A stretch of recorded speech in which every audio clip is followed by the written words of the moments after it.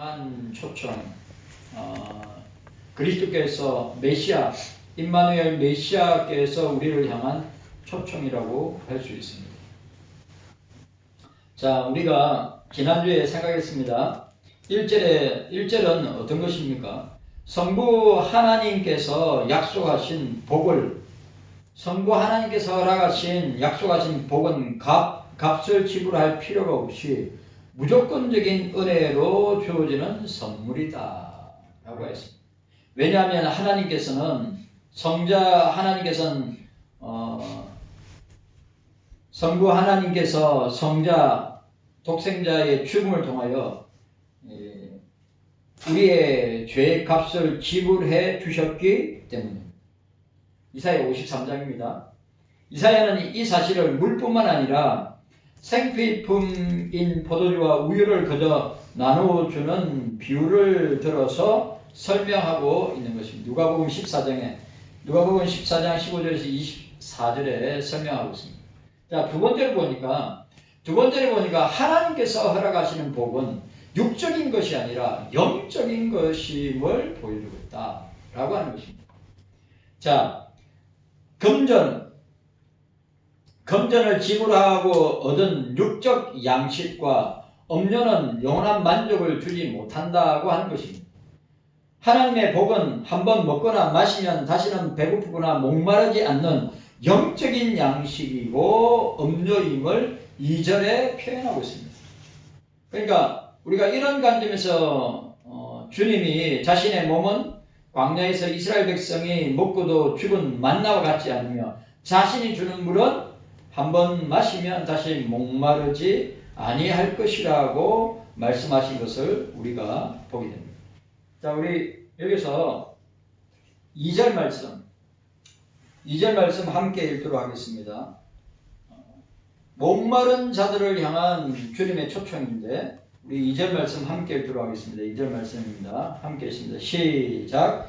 너희가 어찌하여 양식 아닌 것을 위하여 은을 달아주며 배부르게 못할 것을 위하여 수고하느냐. 나를 청종하라. 그리하면 너희가 좋은 것을 먹을 것이며 너희 마음이 기름진 것으로 즐거움을 얻으리라고 하였습니다. 그래, 이 대조적인 이 2절은 1절과 대조적인 내용으로 1절의 주제를 계속 이어나가고 있는 것을 보게 됩니다. 풍성한 영적 양식을 값없이 얻을 수 있는데 어찌하여 먹지 못할 양식을 위해 비싼 값을 지불하느냐. 앞에서 이사야는 죄를 먹기 위해서 44장 20절에 죄를 먹기 위해서 금과 은을 아낌없이 바치는 우상 숭배자들의 어리석음을 이사야 46장 6절에 지적한 바가 있는데 그와 같은 것은 분별력의 결여와 영적으로 미혹됨과 허망한 노력과 반대되는 개념이 뭐냐? 하나님의 말씀에 청종하는 것이다. 자, 우리들은 어떻습니까? 분별력이 결여되거나 영적으로 미혹될 때가 많고, 그러니까 허망한 노력이라고 할 때는 어떤 것입니까?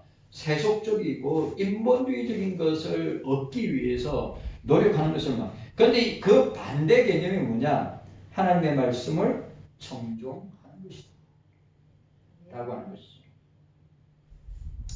자, 제가 신학기도 다닐 때 성경은 어떻게 봐야 된다 했죠? 저와 여러분들이 성경을 인문학이나 성경을 철학이나 성경을 갖다가 수학이나 경제학이나 문학으로 보면 절대 안 됩니다. 성경은 뭘로 봐야 됩니까? 구속사로 봐야 됩니다. 구속사. 예? 성경은 구속사로 봐야 됩니다. 무슨 말입니까? 성경은 자 보세요. 창세기 1장 2장이 에덴입니다. 창세기 1장 2장이 뭐예요? 에덴이죠. 에덴이 어딥니까? 에덴이 천국이라고 하죠. 그래 3장이 뭡니까? 죄가 들어와서 아담과 하와는 에덴에서 쫓겨났습니다. 그리고 뭘 했어요? 생명나무를 따먹지 못하기 위해서 여호와의 사자가 여호와의 천사가 그 입구를 지키고 인간이 못 들어오게 만들었다고 했어요. 자, 그리고 요한계시록 21장 22장이 뭡니까?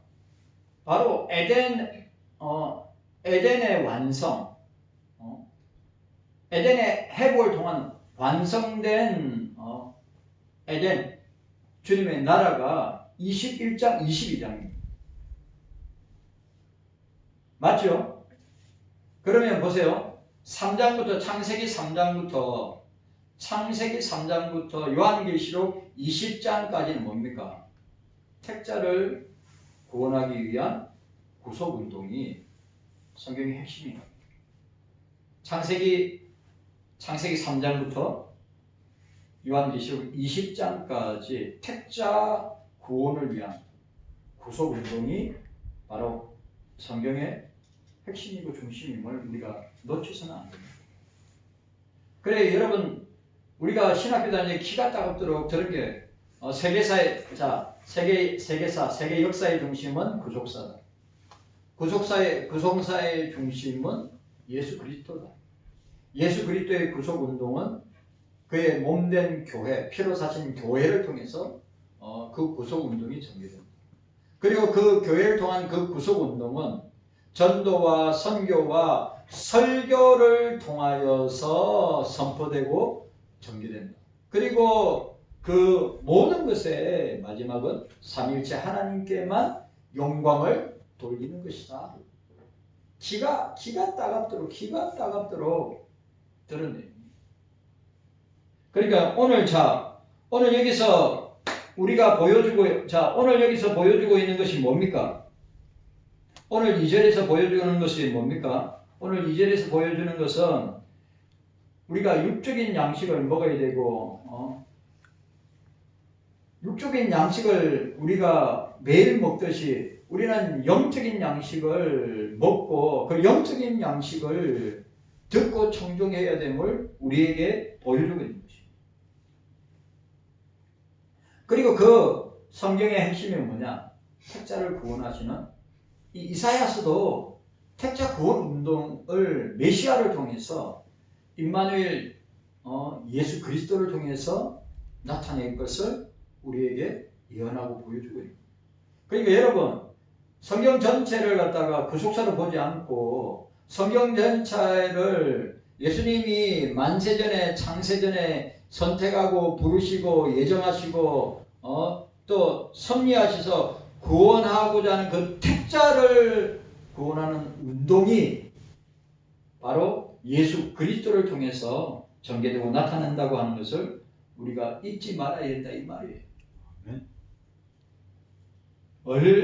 그러니까 우리가 어떤 관점을 성경을 어떤 칼빈이 고백한 대로 우리는 성경이라는 안경을 끼고 성경을 봐야지, 우리는 세상이라는 안경을 끼고 아니면 철학이나 문학이나 아니면 경영학이나 그런 안경을 끼고 본다면 세상은 그렇게 보여질 수밖에 없는 것입니다. 그러나 우리는 늘 어떻게 해요? 성경이라는 안경을 끼고 지금 이 시대를 분별력이 제가 앞에서도 이야기했죠. 분별력이 결여되고 영적인 미혹됨과 함께 허망한 노력을 하고 있는 유다 백성들, 이스라엘 백성들을 향하여 책망하고 있는 이사야를 보게 돼요. 저와 여러분들도 똑같다는 말이에요. 이거 저와 여러분들이 딱 정립이 안 돼. 구속사라고 하는 이 위대한 신학과 사상과 고백이 딱 정립이 안 되면 성경은 어떻게 됩니까? 중구난방으로 흩어집니다. 그만 중요합니다. 세속사와 구속사, 구속사와 세속사, 세계 역사와 구속사. 우리가 이거는 놓치면 안 되는 것입니다. 오늘 본문을 보세요. 중요한 건 뭡니까? 하나님의 말씀을 청정해야 된다. 우리는 말씀을 늘 읽고 듣고 지켜 행해야 된다. 그것이 저와 여러분들이 평생을 두고 우리가 살아내야 될 우리의 모습임을 기억해요. 자, 여기 보니까 은이나 수고는 당시의 물품 대금 지불 방식을 보여주는데 2절은 우리의 노력과 무관하게 거저 주시는 예수 그리스도의 구원의 은혜를 보여주는 거예요. 하나님 앞에서 스스로 어려워지려고 노력하는 것은 사망의 결과를 낳을 뿐이다. 그런 노력을 멈추고 주님의 구속, 대속의 은혜를 받아 드릴 때 영생을 선물로 얻게 될 것이다. 말씀하고 있는 거죠.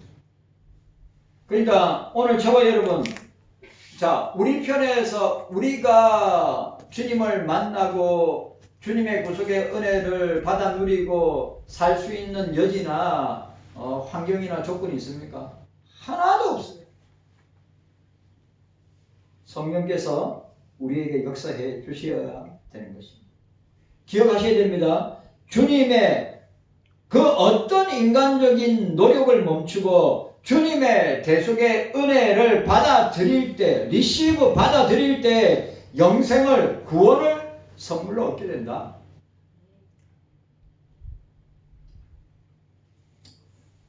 어느 학자는 이렇게 말했습니다. 자기 의를 추구하는 노력을 가리켜 죄악된 인생이 자처하는 저주라고 그랬어요. 뭐라고요? 자기 의를 추구하는 노력을 가리켜 죄악된 인생이 자초하는 저주라고 말씀하고 있는 것입니다. 그리고 일부 주석가들은 이 2절을 갖다가 바벨론에 안주하던 유대인들을 염두에 두고 경고한 것이라고 말하는데, 그러니까 오랫동안 바벨론의 문화에, 바벨론의 우상 종교에, 그리고 경제적인 기반을 잡은 자들에 대해서 이 모든 것들이 너에게 진정한 만족을 주느냐, 너희가 추구하는 것이 고작 이런 것이냐 라고 책망하는 내용이다. 일부 학자들은 그런 의미를 두고 오늘 본절을 그렇게 해석하는 사람도 있다 이 말이죠.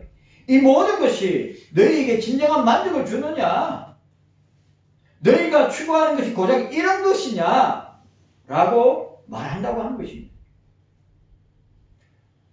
그러나 이절의 배경을 특정 역사적 상황에만 국한시킬 필요는 없고, 오늘 여기서 이사야는 포로 생활을 주된 이미지 재료로 활용할 수도 있지만 그가 제시하는 메시지는 시대를 불문하고 모든 인생들에게 적용될 수 있는 것임을 우리에게 보여주고 있습니다. 자,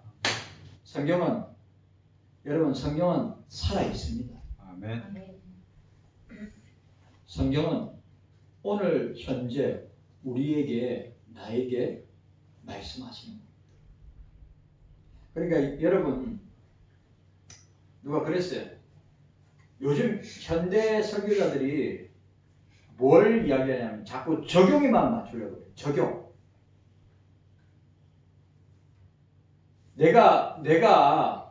그러니까 무슨 말이냐면 우리가 이 성경 말씀 자체에 우리가 성경 말씀 자체에 포커스를 맞춰야 되는데, 현대 설교자들이 자꾸 이 본문 가지고 우리는 이렇게 살아야 된다, 저렇게 살아야 된다, 자꾸 적용으로 자꾸 들어가려고 한다는 거예요.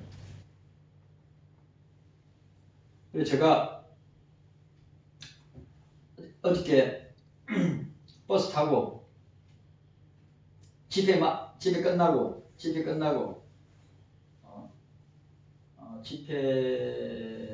집회가 1부, 그러니까 1부, 2부 기도회를 갖다가 1부 기도회를 조동현 목사님 내보고 하라는 거예요. 아니, 목사님이 하시던 걸 내보고 하라니까. 하라면 하지, 뭐 말이 많아. 그래가지고 1부 기도회를 했어요. 찬양 세곡 부르고 기도회인데 웬일로 그래도 성령께서 감동을 주신 것 같아요. 그래 기도회 인도를 갖다가 은혜 가운데 잘 마쳤어요. 그래 조 목사님 전화가 왔어요. 야, 오늘 윤 목사 오늘 기도에 참 은혜롭게 너무 잘했어. 그래 이야기하는 거예요. 아, 목사님하고 비교하면 뭐 되겠습니까? 에이, 그런 쓸데없는 소리 하지 말고. 우리 기도에 인도하고, 저 2부가 예배란 말이죠. 예배까지 제가 인도했습니다. 예배까지 제가 인도하고, 3부가 성명서 발표하는 거예요.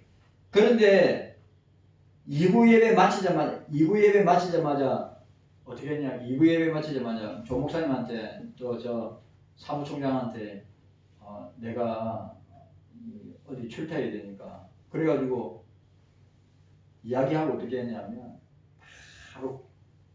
바로 고속버스 터미널로 소초니까 여러분 소초니까 교대에 가서 교대에서 사무소당 한정연이 고속터미널 그래가지고 표 끊어가지고 저녁에 지방에 내려가서 한 4시간 걸리더라고요.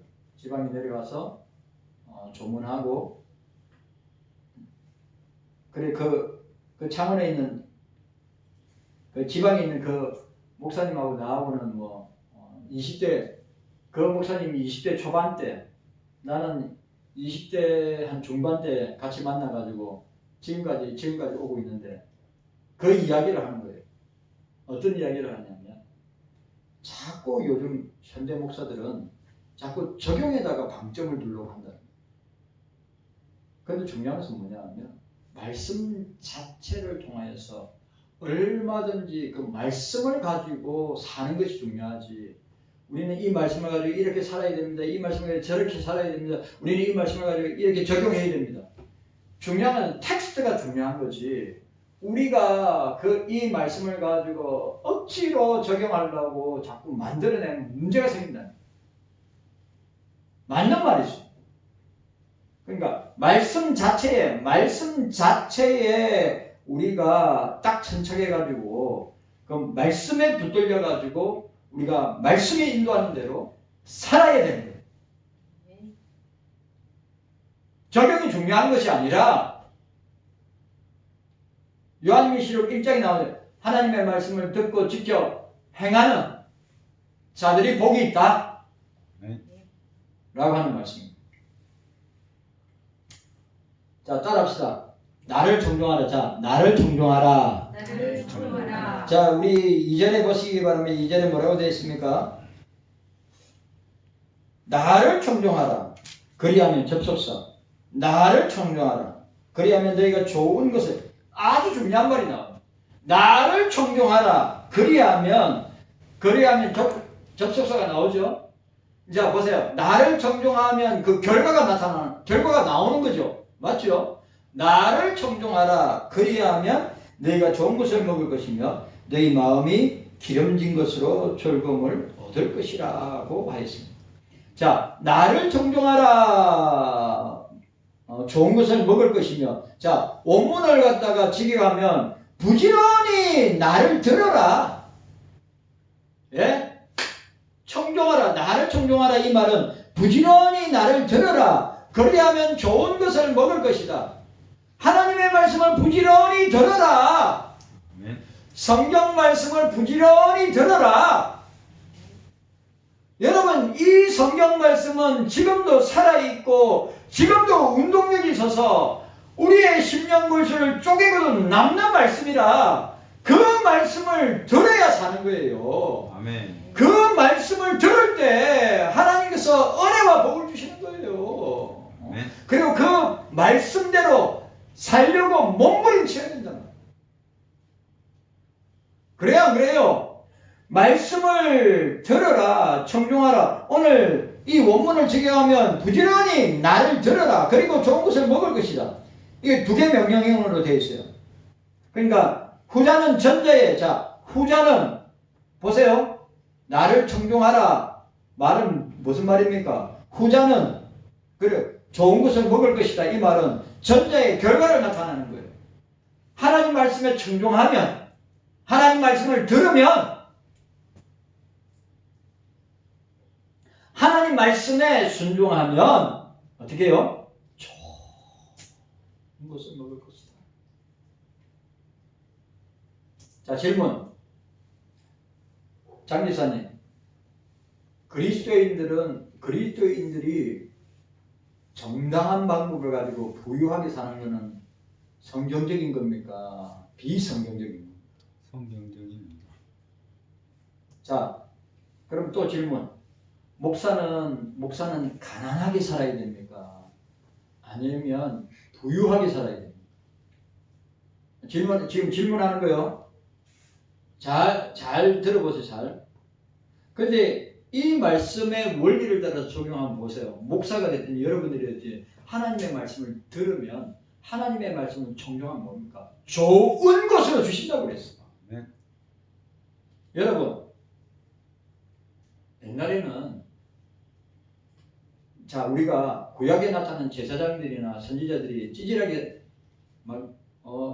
가난하게 찢어지게 살았습니까? 아니죠. 제사장들은 부유하게 살았어요. 우리가 자 보세요. 아브라함과 이삭과 야곱은 선지자입니다. 우리가 볼 때 믿음의 조상, 그 사람들 아브라함과 이삭과 야곱 어마어마한 부를 가지고 있는 사람들이에요. 이유가 뭘까요? 하나님의 말씀을 정중했기 때문입니다. 네. 근데 자, 질문. 내가 또 이야기합니다.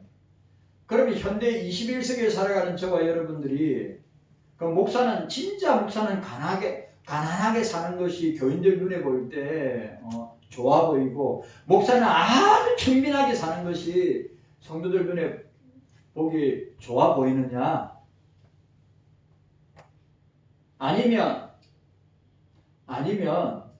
하나님께서 목사의 사역에 하나님께서 부유하게 오늘 말씀의 원리를 따라서 하나님의 말씀을 듣고 하나님의 말씀을 존중할 때 좋은 것으로 우리에게 주신다고 한다면 성도들에게만 적용되는 것이 아니라 선지자들에게, 제사장들에게, 목사들에게도 동일하게 적용되는 말씀이죠. 그러니까 막 이상한 방법으로 부를 누리고 축적하는 거, 불로소득으로 부를 누리고 축적하는 거, 난 진짜 놀랐어요.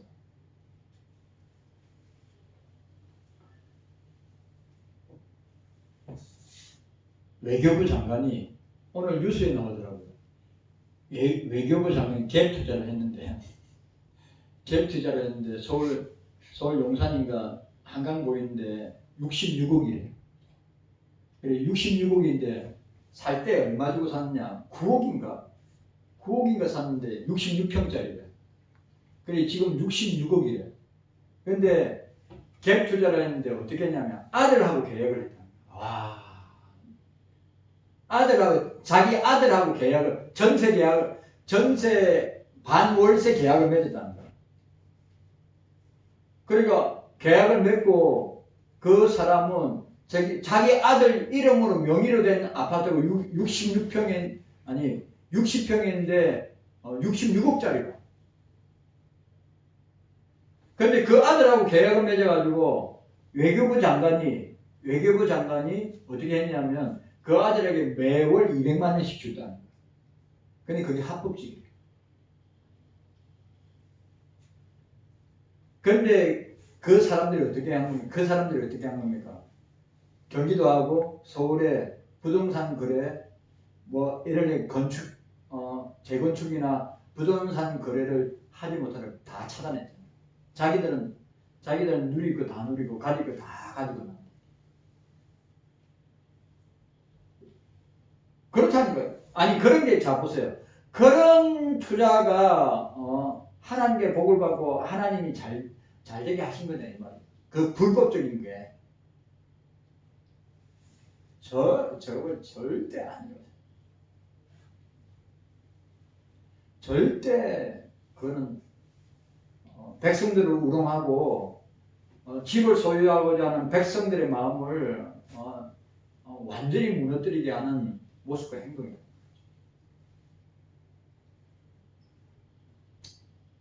여러분 기억하셔야 됩니다. 오늘 저와 여러분들이 하나님의 말씀을 듣고 하나님의 말씀을 청종할 때 어떻게 됩니까?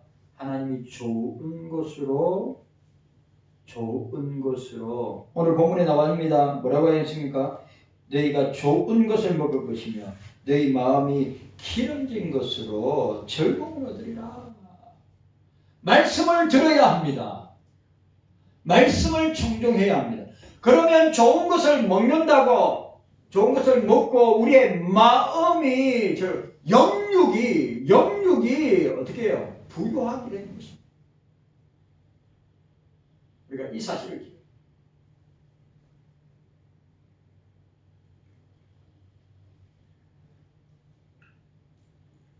자, 부지런히 나를 들으라. 그리하면 좋은 것을 먹으리라.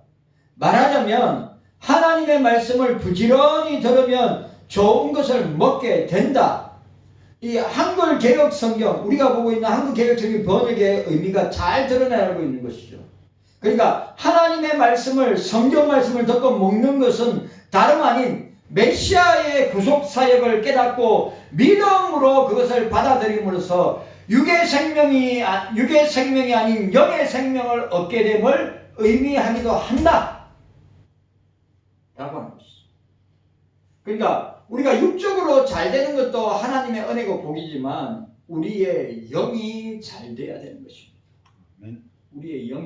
우리의 영혼이, 여러분, 우리가 이 세상 떠나면 육은 어떻게 흙으로 돌아오고 영은 하나님 앞에, 주님 앞에 가게 되는 것입니다. 여러분, 육에 우리의 전부를 걸고 육을 위해서 사는 자 되면 안 되고 우리의 영혼이 잘 돼야 됩니다.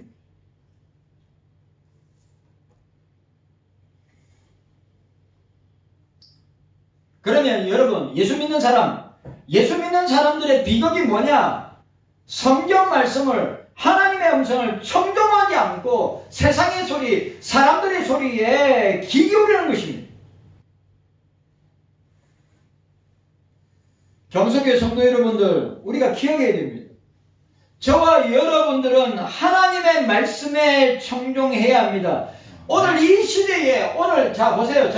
저 WEA 총회를 하고 있는 저 화려하고 아름다운 그 교회에 제가 어저께 기도했는데 때 하나님, 저 4천억짜리 예배당에 주님이 계십니까? 헤롯 선전이 48년 동안 사랑의 이보다 더 웅장하고 화려하게 지었지만 주님이 그 헤롯 선전을 보고 뭐라고 하셨습니까? 돌 위에 돌 하나 남지 아니고 완전히 무너질 것이라고 말씀하셨는데 사랑의 교회가 그렇게 될까봐 주님 두려웠습니다. 사랑의 교회가 그렇게 될까봐 두렵습니다. 저기에 있는 수많은 영혼들 어떻게 하면 좋습니까? 하나님의 징계와 심판이, 하나님의 진노와 심판의 불이 교회에 떨어진다면 어떻게 감당하시겠습니까? 그러니까 제가 뭐랬냐면 하나님이 소수의 무명의 교회와 무명의 목사들과 무명의 성도들이 먼저 회개하고 자복하고 통회하며 주님 앞에 부르짖고 기도하니 우리의 이 무리들을 보시고 저들의 죄악을 용서해 달라고 기도합니다.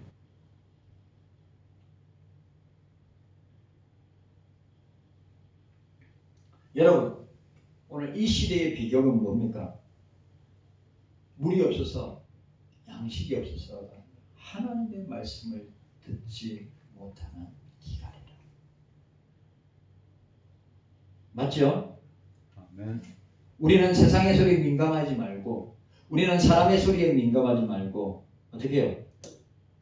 인간의 소리에 귀 기울이지 말고, 만약에 우리가 세상의 소리에, 사람의 소리에, 어떠한 이 비영적인 소리에 우리가 귀를 기울인다면 그건 망하게 되는 것입니다. 그러니까 이런 거죠. 하나님의 말씀을 청종한다는 것은 악한 정욕과 교만을 붙이는 모든 소리들의 귀를 막고 오직 하나님의 말씀에, 성경 말씀에 순종한다는 것이에요. 뭐요? 악한 정욕과 교만을 부추기는 모든 세상의 소리들에, 모든 인간들의 소리에 귀를 막고 오직 성경 말씀에 순종해야 된다. 오직 말씀에 순종해야 된다는 뜻이에요. 자, 따라합시다. 나를 존경하라. 나를 따라하세요. 나를 존경하라. 나를 존중하라. 따라합시다. 부지런히 따라하세요. 부지런히 부지런히 나를 들어라. 나를 들어라. 하나님의 말씀을 들어라. 아멘. 주의 말씀을 들어라. 성경의 말씀을 들어라. 아멘. 이것만이 사는 길이다. 경서교회 성도 여러분, 이 강대상에서 세상의 소리가 선포되고 사람의 소리가 선포되고 정치적이고 경제적이고 철학적인 소리가 선포되면 이미 그 강단은 이미 세속화되고 인본주의화된 강단이란 말이에요. 주의 말씀만, 하나님의 말씀만 선포되고 들려지고 듣는 저와 여러분들이 되어야 될 줄로 믿습니다. 아멘. 따라합시다. 오직 따라합시다. 오직 오직 하나님의 말씀에 하나님의 말씀에 따라합시다. 오직 오직 성경 말씀에 성경 말씀에 순종해야 합니다. 순종해야 합니다. 아멘입니까? 순종해야 되는 거예요. 여러분, 우리의 순종이란 말이 뭡니까? 우리의 환경이나 우리의 상황이나 우리의 여러 가지 인생의 문제 때문에 우리가 거기에 자고우면하지 아니하고 딱 성경 말씀으로 중심을 잡고 성경 말씀으로 우리가 나가야 돼요. 말씀밖에 없어요. 진리밖에 없어요. 성경밖에 없어요.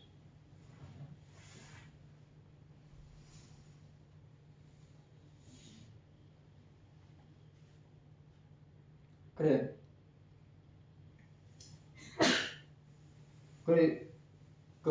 그 시골 목사라면 기분 나쁘겠지만 시골 목사인데 시골 목사 내가 뭐라는 줄 압니까? 지도 시골 촌놈이면서 아이고 서울 촌놈 오셨네요. 내보고 서울에 있는 시골 목사님 오셨네. 내가 그러는 거야. 내가 말도 안 되는 소리야. 난 서울에서 목회하는 목사야. 니는 시골에서 목회하는 목사고. 그런데 중요한 게 뭐냐면 그 목사는 지금 그 목사가 시차장을 하고 있는데 그 목사의 지론과 내 지론이 비슷해요.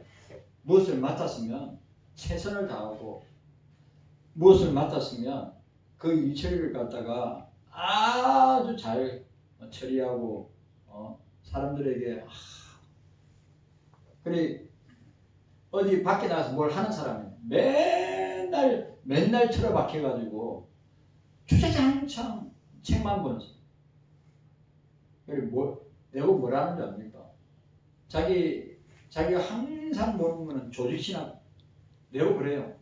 형 그래 내한테 그 이야기를 하는 거예요. 이제 내가 서재에 들어갔더니 서구에 있잖아요. 책 담는 게 있어요.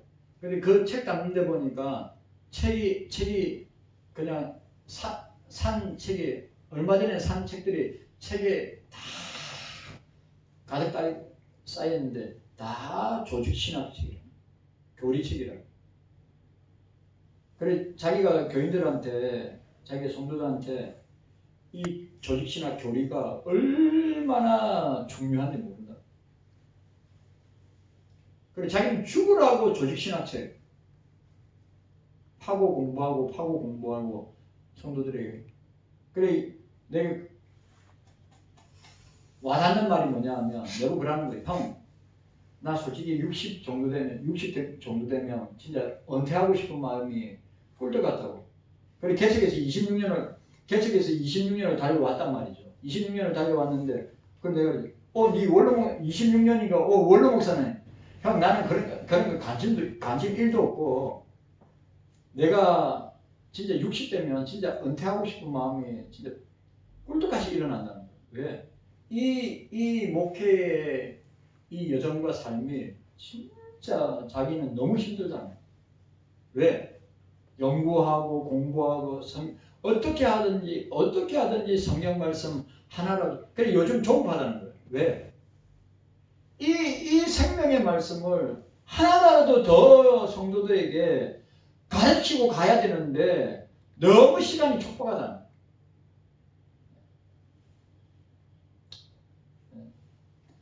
니 잘났다. 열심히 해라. 진짜 잘난 맛에 사는 목사예요. 잘난 맛에 사는 목사인데 내가 배울 게 있다면 제가 여전히 교보 생명을 가든 여전히 기독교 서점을 가든 여전히 책 한 권이 됐든 두 권이 됐든 여전히 책을 사고 여전히 책을 보고 있는 이유가 그 동생 목사 때문에 신학교 다닐 때 맨날 책 사와가지고 맨날 책 읽고 맨날 그 이야기를 내한테 하는 거야. 형, 이 책 너무 좋아. 그래, 자기 교회 장로들, 자기 교회 장로들, 기독교 강요, 자기가 보는 게 문병호 교수님의 기독교 강요도 보지만 자기는 원광년 목사가 쓴 기독교 강요 생명의 말씀 상중하가 있거든요. 자기는 그게 훨씬 더 자기한테 와닿는 거예요. 그 책이 너무 좋다는 거예요. 그게 문병호 교수님은 그러니까 너무 조직신학적으로 아니면 교리적으로 너무 이제 좀 딱딱하게 썼는데 원광년 목사님이 쓴 그 기도 강연 자기는 읽을 때마다 그냥 팍팍 꽂히고 들어온다는 거예요. 너무 좋다는 거예요. 자기는 항상 비교해서 문명호 교수님 거 보고 원광년 목사님께 믿음에 대해서 어떻게 설명했는가를 서로 비교하면서 본다는 거예요. 하는 말이 그 말이에요. 우리 성도들에게 내가 성경의 이 진리를 하나라도 더 가르치기 위해서 나도 마찬가지지만 연구하고 공부하고 배우고 그렇게 한다. 장로들에게 칼빈의 기독교 강요 아니 진짜 중요한 조직 신학책들을 다 읽힌데 다 가르치고 다 읽히고 그래 그걸 통해서 목사가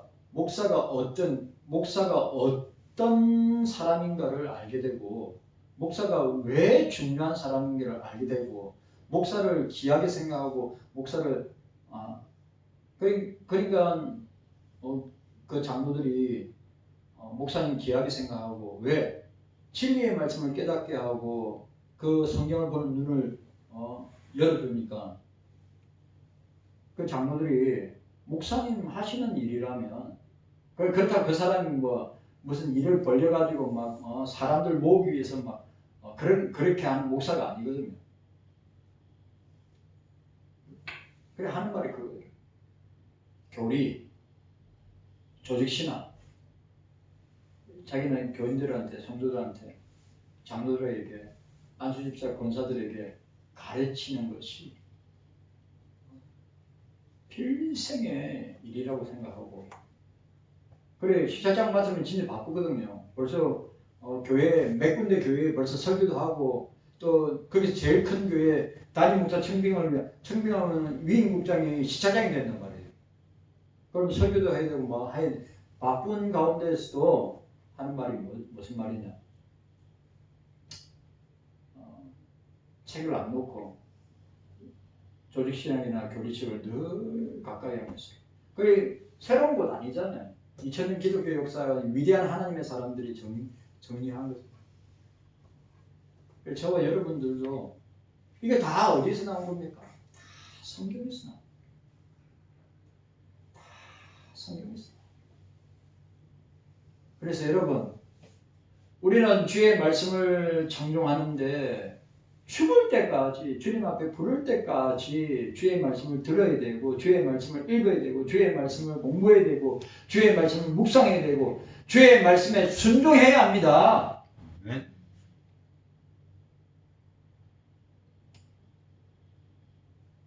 그걸 맨날 동생 목사하고 맨날 지겹대고 맨날 싸워요. 그 경상도 문들여서 말을 갖다가 부드럽게 말도 안 해요. 지 하고 싶은 말 막 툭툭 던지고 그러는. 근데 제가 볼 때마다 느끼는 게 뭐냐면 내가 그 동생 목사 때문에 늘 책을 사고 책을 놓지 않게 된 원인을 갖다가 원인 제공해 준 게 그 목사라.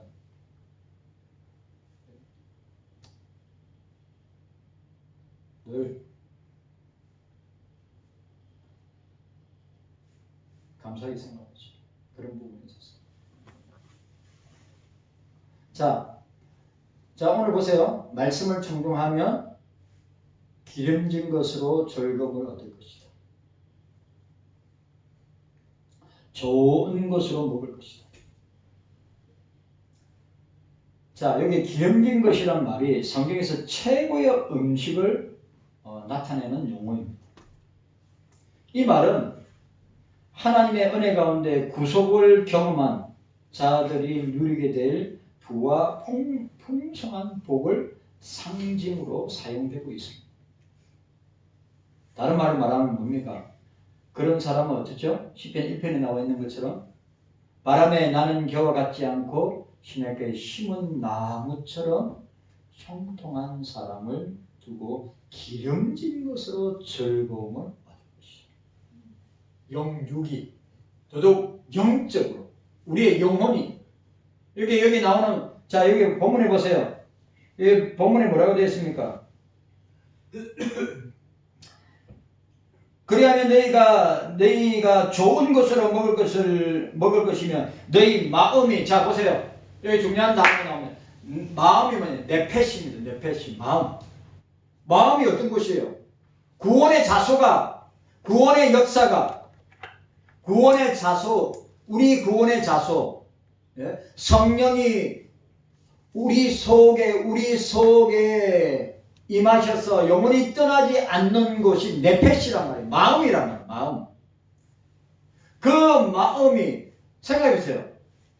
우리 권사님들 마음이 자 보세요. 권사님들 마음이 그리고 우리 장집사님이나 우리 대학부 친구들이 우리의 마음이 이 네펫이가 영적으로 기름지고 말씀으로 기름져야지 육적으로 기름진다면 망하는 것입니다. 근데 오늘 뭐요? 하나님의 말씀을 존중하고 하나님의 말씀을 듣고 하나님의 말씀에 순종할 때 어떻게 됩니까? 우리의 영혼이 우리의 네펫이가 우리의 마음이 어떻게 됩니까? 기름지게 됩니다. 뭐라고요? 예? 하나님의 은혜 가운데 구속을 경험한 자가 누리게 되는 부와 풍성한 복을 상징하는 게 뭐라고요? 기름진 것으로 즐거움을 얻을 것이다. 그래, 저를 보세요. 우리 장집사님이나 우리 권사님들이나 목사가 보세요. 말씀에 존중하면 말씀을 들으면 말씀에 순종하면 기름진 것으로 세상의 표현이 되죠. 세상에 제일 좋은 것으로 우리에게 뭐요? 부와 풍성한 복으로 갚아주십니다. 오해하지 마세요. 우리가 이 땅에 예수님 한 분만으로 만족할 수 있습니다. 예수님 한 분만으로 만족하는 가운데 우리가 가난하게 살 수 있습니다. 우리가 겨우겨우 입에 풀칠하면서 살 수 있습니다. 그러나 오늘 우리가 이 말씀에 이사야 말씀 본절의 말씀을 통해서 우리가 하나님 말씀을 존중하고 하나님 말씀을 듣고 하나님 말씀에 순종할 때 세상에 쓰든 교회에 쓰든 우리의 삶에 어떻게 된다고요? 부유함과 풍성한 복으로 아니 그러면 하나님 누구에게 부유함과 풍성한 복을 누구에게 주십니까? 세상 사람들에게 주실 거예요? 그 자녀들에게. 그 전제 조건이 뭡니까? 하나님의 말씀을 성경 말씀을 듣고 청종하고 말씀대로 살고 말씀을 배우고 말씀을 읽고 말씀대로 살아가려고 몸부림치는 자들에게 주님께서 복을 주시지 않겠습니까? 은혜를 주시지 않겠습니까? 아멘. 기억하십시오. 여러분들이 나와 내 가정과 내 자식과 자손들이 왜 이렇게 영적으로 육적으로 가난하게 살지? 그럼 말씀을 정종하지 않는 거예요. 말씀을 듣지 않는 거예요. 말씀에 순종하지 않는 것입니다. 그러나 나와 내 가정과 자식들과 자손들이 나눠주고 베풀어주고 섬기고 부유하고 영적인 복을 받아 누리고 지금 현재 살고 있다면 그 가문은, 그 가정은, 그 자식들은 하나님의 말씀을, 성경 말씀을 청종하고 듣고 순종하고 읽고 묵상하고 공부하고 어떻게 하든지 말씀대로 살아가려고 몸부림치기 때문에 주시는 줄로 믿으시기를 바랍니다. 우리가 이 사실을 2절에서 이 사실을